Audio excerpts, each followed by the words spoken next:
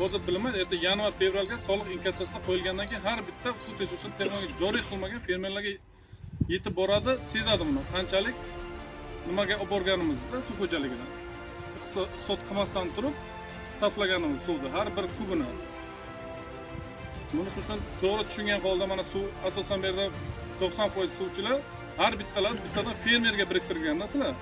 Bu yerda kelmagan fermerlarga borib hududlarga bekor bo'lgan paytda hozir hech qanaqa hashar yo'q, kanalda nima yo'q, to'g'rimi?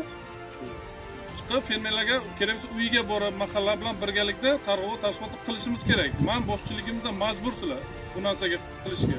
Qanchalik iqtisod qilsak suvda, shunchalik bu yilga, kelasi yillarga zaxirasi bo'ladi buni. Yosh avlodga, kelajak avlodga.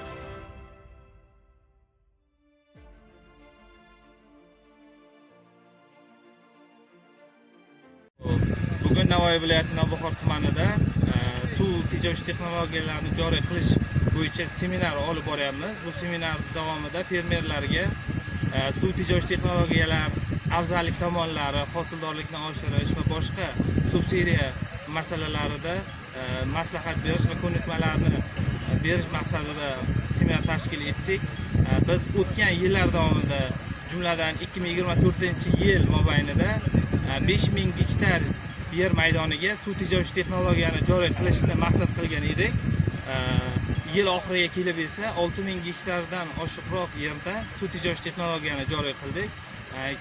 Kelayotgan 2025-yil hosili uchun biz 1700 gektardan oshiqroq yerda suv tejovchi texnologiya joriy qilish bo'yicha prognoz ko'rsatkichini ko'rib chiqdik.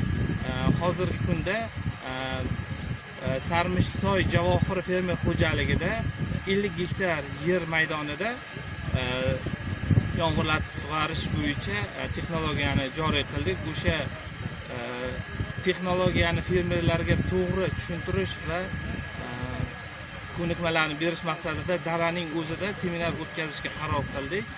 Bu seminar davomida fermerlarga qanaqa qilib kredit olish yo'llari, suv kredit tizimi, subsidiya platformalari to'g'risida biz ma'lumot berdik.